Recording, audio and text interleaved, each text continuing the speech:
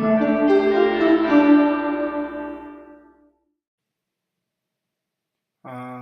म तपाईँहरूलाई यो वेस्टर्न डिजिटल यो एक्सटर्नल ड्राइभ छ नि कसरी फर्मेट गर्ने विशेष गरी विन्डोज एन्ड म्याकको लागि अनि यो देखाउन गइरहेको छु।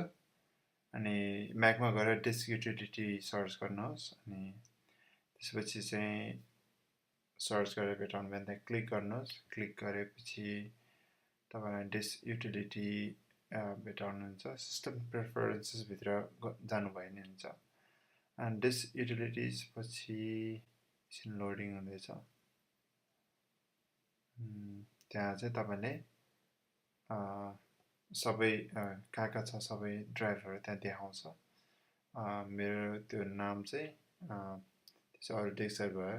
यो चाहिँ वेस्टर्न डिजिटलको एलिमेन्ट्स भनेर माथि सब ड्राइभमा होइन मेन एक्सटर्नल ड्राइभमा चाहिँ क्लिक गर्नुहोस्। त्यसपछि त्यहाँ गएर हामी यहाँ देखेको छ 2 TB को अनि त्यहाँ गएर इरेज भनेको फर्मेट होइन बेसिकली इरेज गर्नुहोस्। इरेजमा अप्सन आउँछ। अप्सनमा तपाईँ नेममा जे नेम दिनु भयो नि हुन्छ।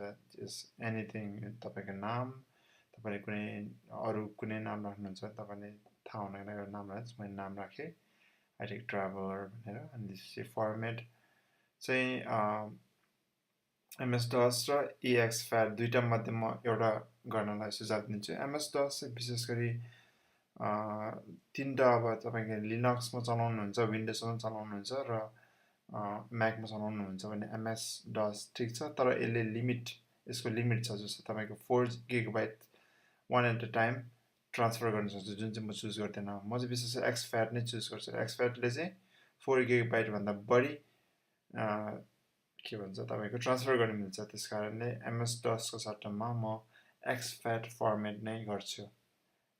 अनि यो फर्मेटमा राखेपछि अरू अनि यो तपाईँको अरू चाहिँ यतिकै छोड्छु म।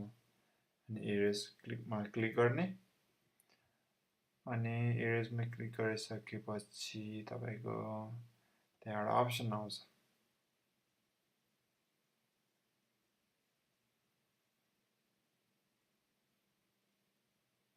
त्यहाँ आउँछ अप्सनमा चाहिँ तपाईँको के भन्छ decide later done use as a ब्याकअपमा चाहिँ डन युजमा क्लिक गर्छु।